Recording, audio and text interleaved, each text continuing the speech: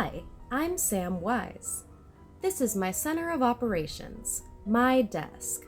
Go ahead and poke around. If you want to know the particulars of how I do what I do, take a look at the backlog of videos on my YouTube channel. It's real helpful, especially if you like 90s and 2000s nostalgia content.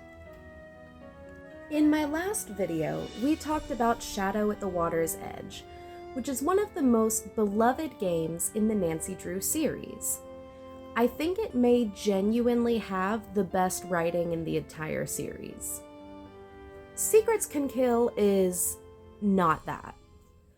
Secrets Can Kill was the first Nancy Drew game developed by Her Interactive. It's iconic because it kicked off the rest of the series, and I personally am very fond of this game. Unfortunately, the writing here leaves something to be desired. Since the game's release, fans have criticized the writing, especially the ending and culprit reveal. A lot of fans feel like the characters are weaker than in later entries in the series. I recently replayed this game, and I realized that even though the writing has its weaknesses, the premise is genuinely really good. The setup of a murder mystery set in a high school is very compelling, and it can be done very successfully, as we've seen with TV shows like Pretty Little Liars.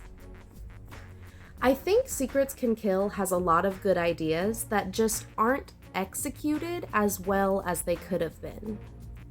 Today, I want to talk about what this game does well and what it doesn't do as well. Later in the video, I'll give my suggestions for some minor rewrites that could have made this a much stronger story.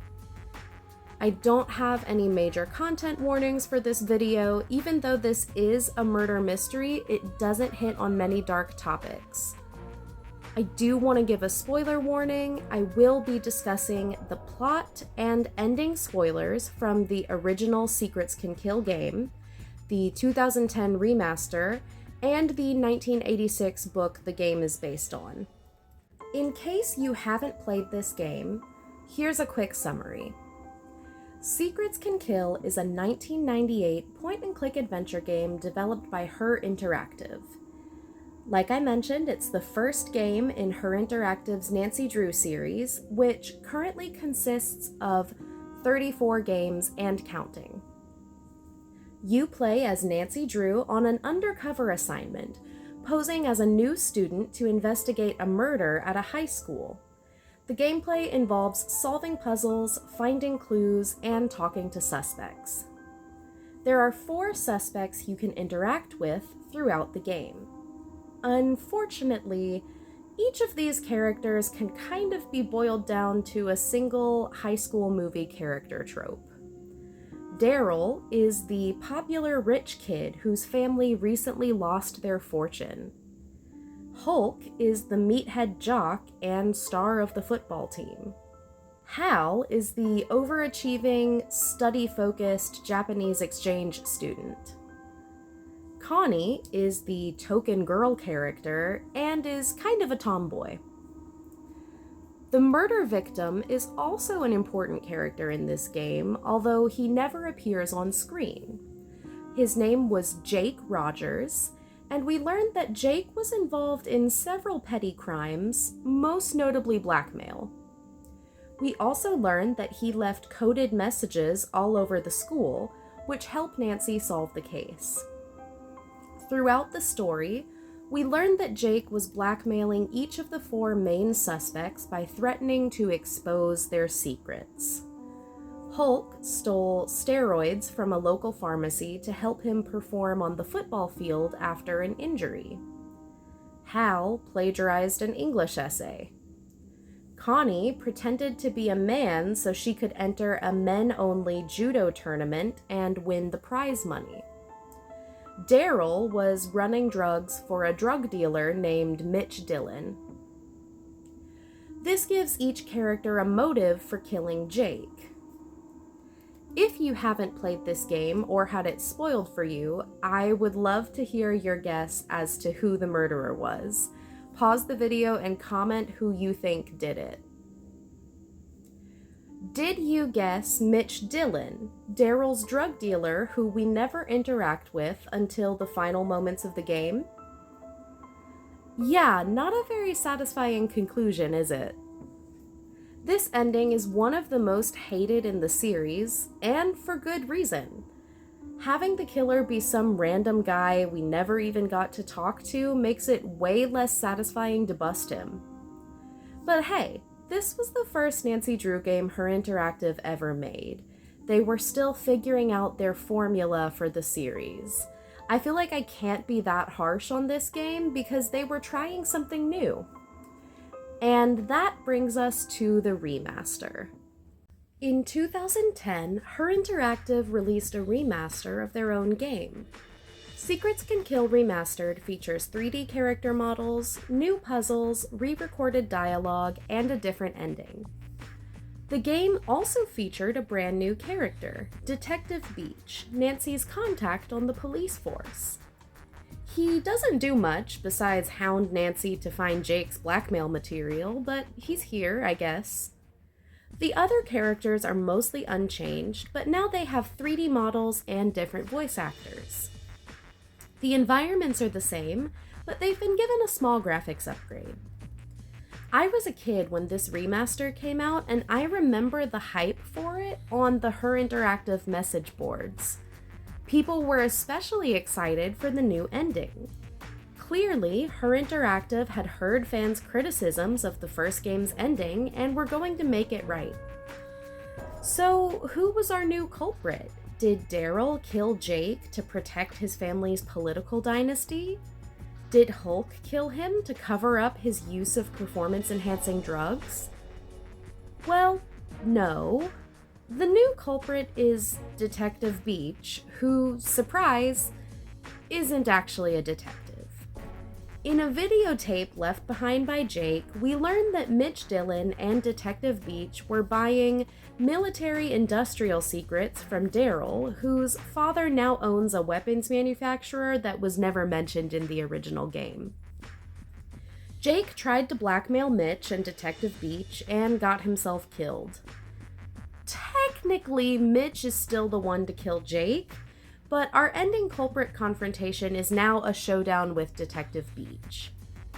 I guess this is a little bit better than the original ending. Detective Beach is kind of a nothing character until he's revealed as the culprit, but at least we do get to interact with him before the ending. We never have any compelling conversations with Detective Beach, so we really have no reason to care about him until this reveal.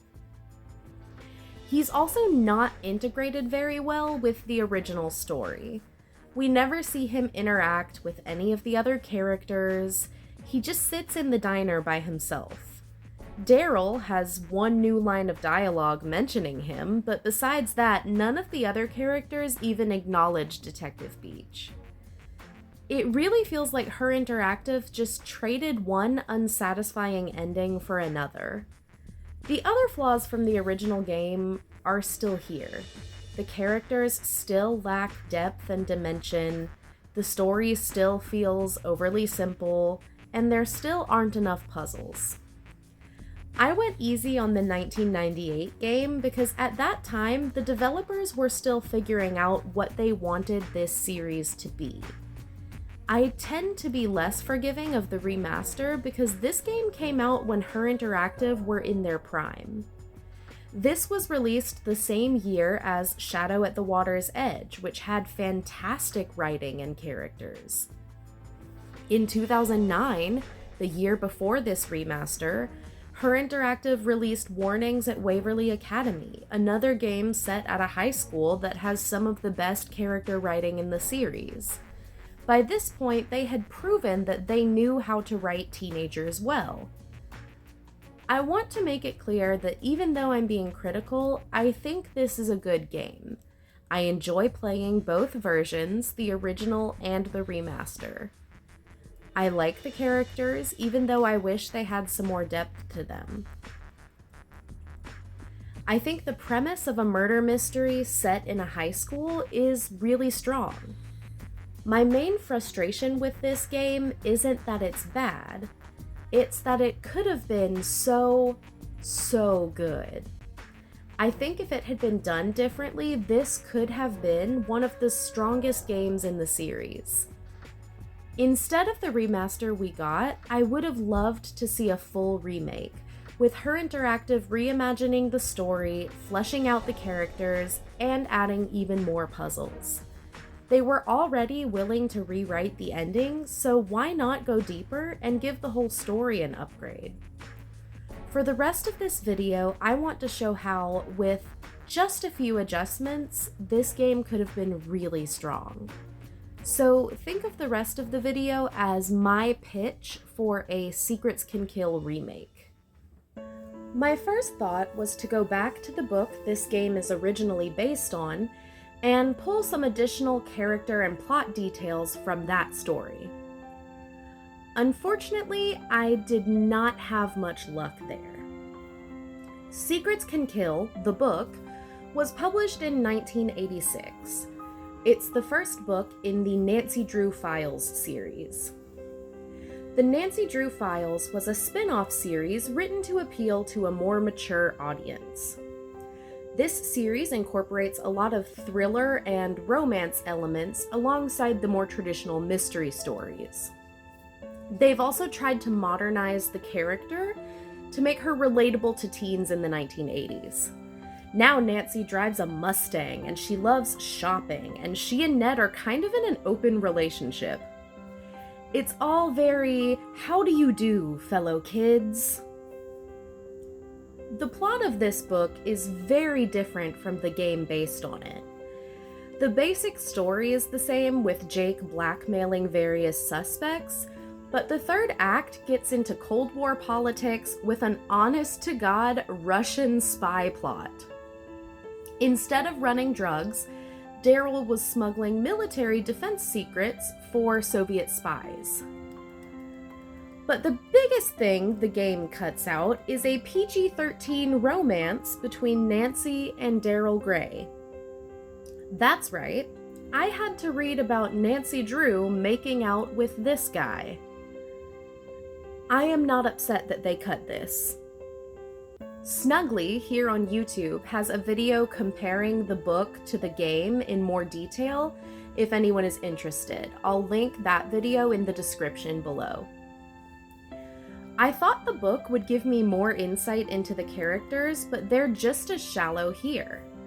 I feel like this book is mostly filler, so everyone except Daryl ends up having even less depth than they do in the game. And like I mentioned, most of Daryl's character development is tied to him trying to get with Nancy. So if you cut out all the romance, this would be a very short story. If anything, I'm way more impressed with Her Interactive's writing after seeing how little they had to work with. I'm also a little bit baffled by their choice to use this story as the basis for their first game. When you think of iconic Nancy Drew stories, you probably think of classics like The Secret of the Old Clock or The Secret of Shadow Ranch. The original Nancy dealt with a lot of secrets, I guess. And when I think of Nancy Drew, I definitely don't think of sports cars, guns, and dubiously ethical polyamory. From what I can tell, the Nancy Drew Files series was pretty successful, but the mainline Nancy Drew series was still putting out new books at the same time, and those books were still selling well. Maybe the more modern take on the character felt more relevant for a video game series being marketed to teen girls, but even then, they had to change so much of this story to make it work for the game. By 1998, the Cold War had been over for years, and spy thrillers were going out of style. To keep the story relevant, Her Interactive had to completely rewrite the third act plot twist. And since they also cut the romance with Daryl, they ended up using very little of the source material besides the character names and the basic premise. Why not adapt a story that was more well-known and would require fewer changes, like Secret of the Old Clock? Stay tuned for Danger, the second game in the series, is also adapted from a Nancy Drew Files book, so part of me wonders if they only had rights to the spin-off series in the beginning. That's genuinely just a guess. There's no evidence of that. This is just my speculation. I know many a creative project has been wrecked by intellectual property law, and I'd just love to speak to someone who worked on this game about how they settled on this book. Anyway, my point is that reading the source material didn't actually help me plan my theoretical remake. Instead, I decided to turn to other authors who do this type of high school mystery really well. I read The Perfectionists by Sara Shepherd, who is probably better known for the Pretty Little Liars books, but The Perfectionists actually has more in common with Secret Can Kill's premise. I also read One of Us is Lying by Karen M. McManus, which I actually really enjoyed and do recommend if you enjoy this type of story. I also revisited the first 2 seasons of the TV show Pretty Little Liars, because even though that show has many issues, I feel like the mystery and suspense were done very well, especially in those first seasons. I feel like Secrets Can Kill really fits that 2010s teen mystery vibe, so I will be taking inspiration from this era and genre of storytelling. The rest of this video is basically going to be me script doctoring Secrets Can Kill. Let's start with the setting. I think the setting of a Florida suburb is fine, but it could have been tied into the story better. Paseo del Mar seems to be a public school, but it's clearly well-funded, and several characters mention that it's one of the best high schools in the state. Because United States public school funding is based on property taxes, this would mean that the school is probably in a wealthy area. There's this weird tension with public schools that have so much money they kind of function like private schools, and I think the game should play into that. The book explicitly says that the school is in a very wealthy area, and it would be interesting to see this game play with economics and class more. This could add more nuance to characters like Connie, who explicitly says in the game that she can't afford college without money from the judo competition. Just to clarify for my international viewers, I know that not everyone who watches my channel is from the United States. I'm going to use the word college a lot in this video because it's something the characters talk about a lot in the game. And I know that in the United States we use that word differently from people outside the US, so I just want to clarify that when I say college, and when this game says college, we are talking about university. So a 4-year educational institution where people get specialized training. University, college, we kind of use those terms interchangeably in the US, but that's what I'm talking about when I say college in this video. This could also be part of the motivation for the culprit. Being surrounded by prissy rich kids 24/7 is bound to get under anyone's skin. Speaking of the culprit, I think Mitch Dillon can still be our killer, but he needs to be an actual character. He should be one of our suspects, and we should interact with him throughout the game. Instead of a random HVAC guy, let's have Mitch, or Mr. Dillon, be a teacher at the school. Maybe he teaches shop class or home economics, so he still has the skills to rig the boiler to explode like he does in the original game. Throughout the game, players can visit Mr. Dillon in his classroom and talk to him like any other suspect. Part of Mitch's frustration could be that he's surrounded by wealthy students, but is barely making ends meet on his public school teacher salary. Maybe he started selling drugs on the side as kind of a Breaking Bad situation. Daryl still ends up running drugs for him, and Mitch still kills Jake because Jake tried to blackmail him. However, this makes Mitch more sympathetic because he killed Jake out of desperation, not in a cold-blooded, calculated move. He didn't have the money to pay Jake off, and if he lost his job, he'd be destitute. This makes the murder a crime of passion, not premeditated. To keep the number of suspects at 4, one of our original suspects needs to be demoted to a minor character. To me, the clear choice is Hal. His character is mostly stereotypes about Asian immigrants anyway, and he has the weakest motive for killing Jake. I just don't think getting caught cheating on an essay is worth killing someone over. Hal can still be in the game as a phone contact. Maybe he's currently visiting family in Japan, so he's not under suspicion for Jake's murder. Because he's not a suspect, Nancy can call him to ask questions about the school and the case. In this version of the story, Hal never cheated on his essay, so Jake never blackmailed him. The other 3 suspects are largely the same, but each is fleshed out in their own way. We learn that Connie is from a less wealthy family than her peers, and is worried about her future. She competes in the men's judo competition because the prize money is enough to cover her first year of college. We should be able to talk to her about why she's so desperate to go to college. Maybe she's worried about being stuck working a low-income service job in Florida with no plans for the future. Maybe she's trying to get away from an unhealthy home life, but we should know what her motivations are and be able to ask her about them. In the original game, we learned that Jake blackmailed Connie into going out on dates with him. We should be able to talk to Connie about this too. How did she feel about it? How did it affect her? Daryl is mostly the same in my rewrite. He's a pretty rich boy whose family lost it all because of his father's bad investments. Daryl is trying desperately to keep up appearances to hide how out of control his life feels. We should be able to see how this double life affects him. Maybe he talks about losing sleep because he worked a double at the diner, or maybe he mentions that if he doesn't find a way to make more money soon, he's going to have to sell his car. Hulk is also mostly the same here.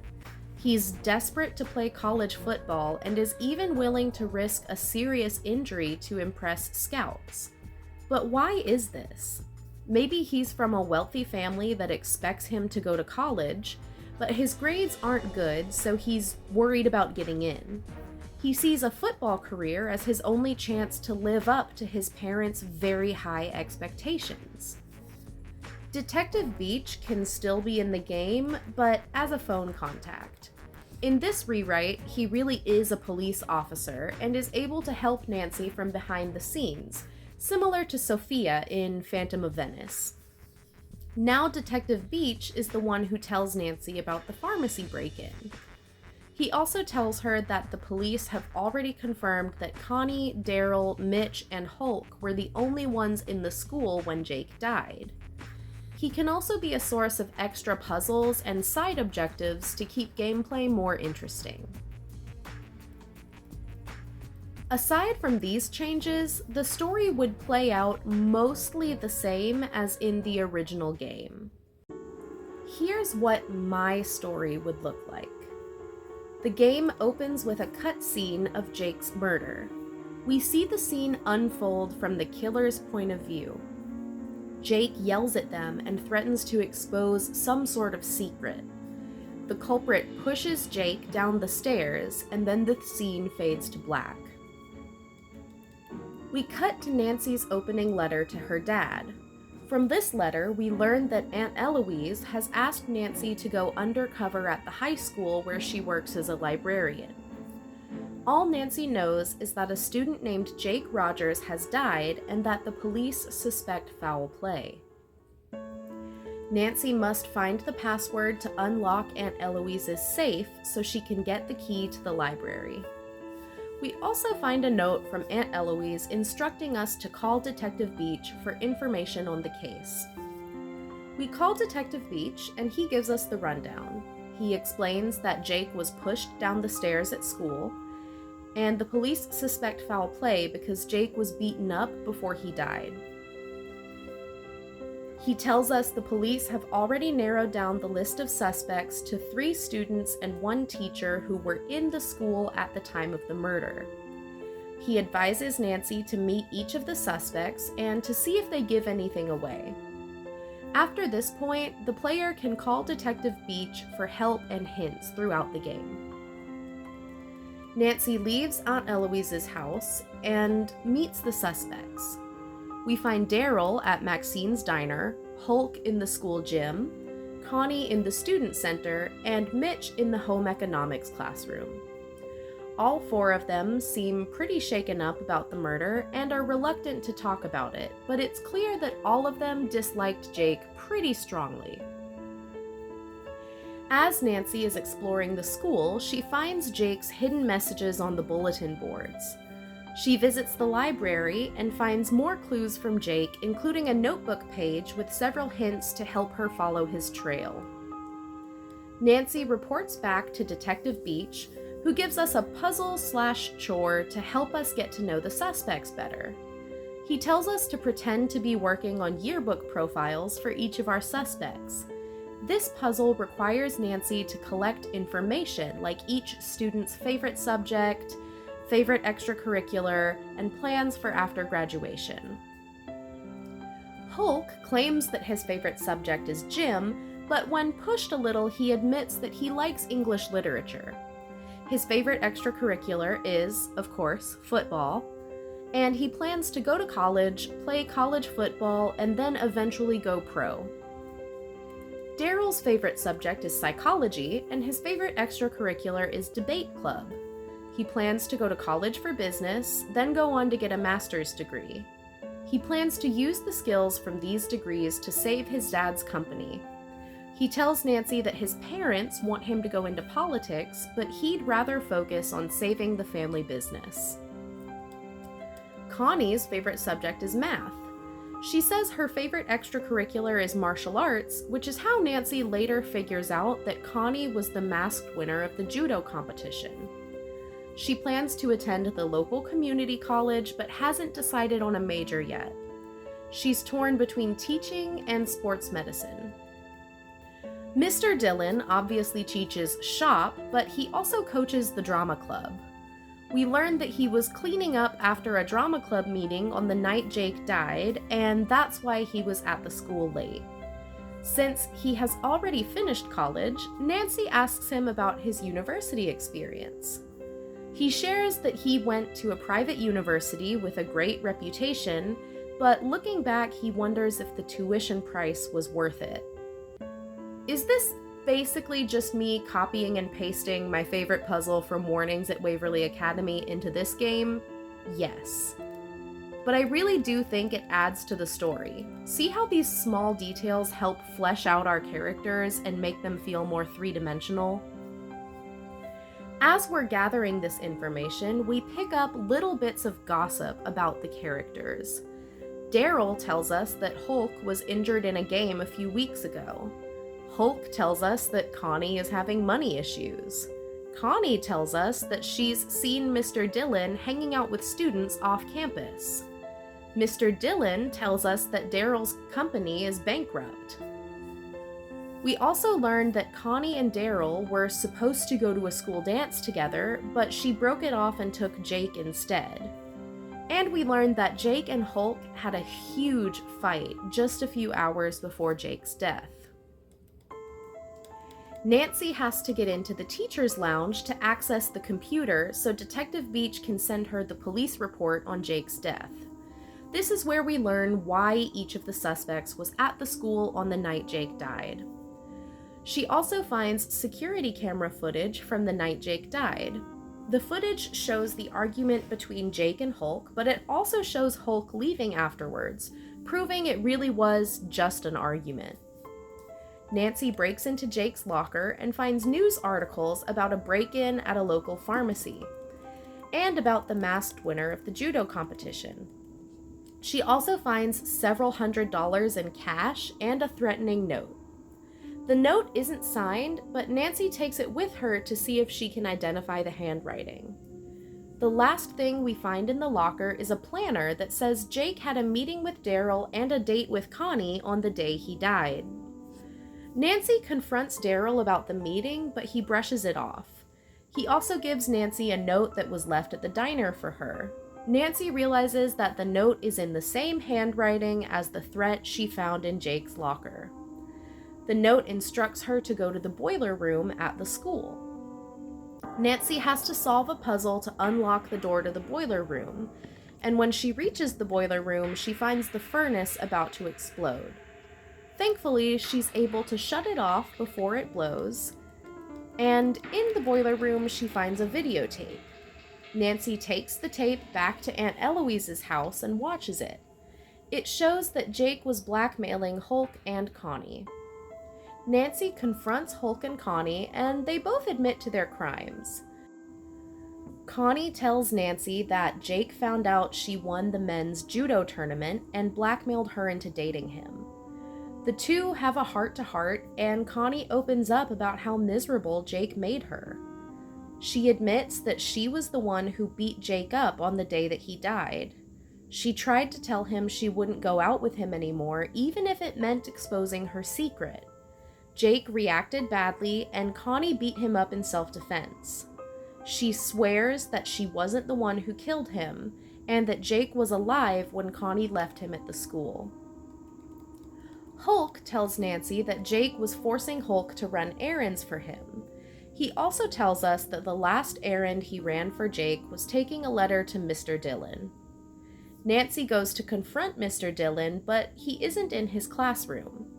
She takes advantage of this opportunity to go through his stuff in true Nancy Drew fashion. After solving a puzzle to unlock Mitch's briefcase, Nancy finds several takeout menus from Maxine's, a neatly typed lesson plan for the week, and a letter showing that Mitch has a huge amount of student loans and is behind on his payments. Nancy also goes through Mitch's laptop after solving another small puzzle to get the password. Going through his emails shows that he was applying for higher-paying jobs, but all of his applications were rejected. Nancy goes back to the library where Jake's clues lead her to a hidden, locked box. Using the clues hidden around the school, Nancy unlocks the box and finds another videotape inside. Nancy goes back to Aunt Eloise's house to watch the tape. This tape shows that Mitch Dillon was selling drugs to students and that Daryl was acting as a middleman for him. Nancy confronts Daryl about the tape. Daryl admits that he was running drugs for Mitch as a quick way to earn cash. He tells Nancy that Jake found out and was blackmailing him. This is the real reason Daryl needs money so badly. Next, Nancy confronts Mitch. He admits that he was selling drugs, but says that he was desperate to pay off his student debt. He insists that he wasn't selling any drugs dangerous enough to kill someone, and that he was just taking advantage of some stupid rich kids with too much money and not enough sense. Mitch claims that when Jake found out about it, he wanted Mitch to go into the school's computer system and change Jake's GPA. As Nancy turns to leave the classroom, she sees the lesson outline Mitch has written on the board and realizes it's the same handwriting as the threatening note in Jake's locker. Nancy confronts Mitch and prods him into confessing. It turns out Jake didn't just want his grades adjusted, he wanted money. Money Mitch didn't have. He was already barely staying out of serious debt, and Jake insisted that Mitch pay him or he'd report him to the principal for selling drugs to students. Mitch panicked and pushed Jake down the stairs. Mitch says that he considered turning himself in, but he knew that once the drug stuff was revealed, no one would believe that he didn't mean to kill Jake. This confession leads into a chase scene through the school. If Nancy takes a wrong turn, Mitch catches her and we get a game over. We have to run around the corner into the gym and trigger the soda machine alarm. The alarm brings Hulk and Connie running. The game ends with another letter from Nancy to her dad. The letter tells us that Mitch Dillon is on his way to prison. Daryl was arrested for dealing drugs, but his parents are standing by him. Connie tried to return her trophy and prize money, but the judo club allowed her to keep the prize and has announced that the competition will be open to all genders moving forward. Hulk has paid for the damages to the pharmacy and is getting the physical therapy he needs to actually heal his injury. Nancy concludes by saying that now the case is closed, she's going to the beach with Aunt Eloise. So that is my take on Secrets Can Kill.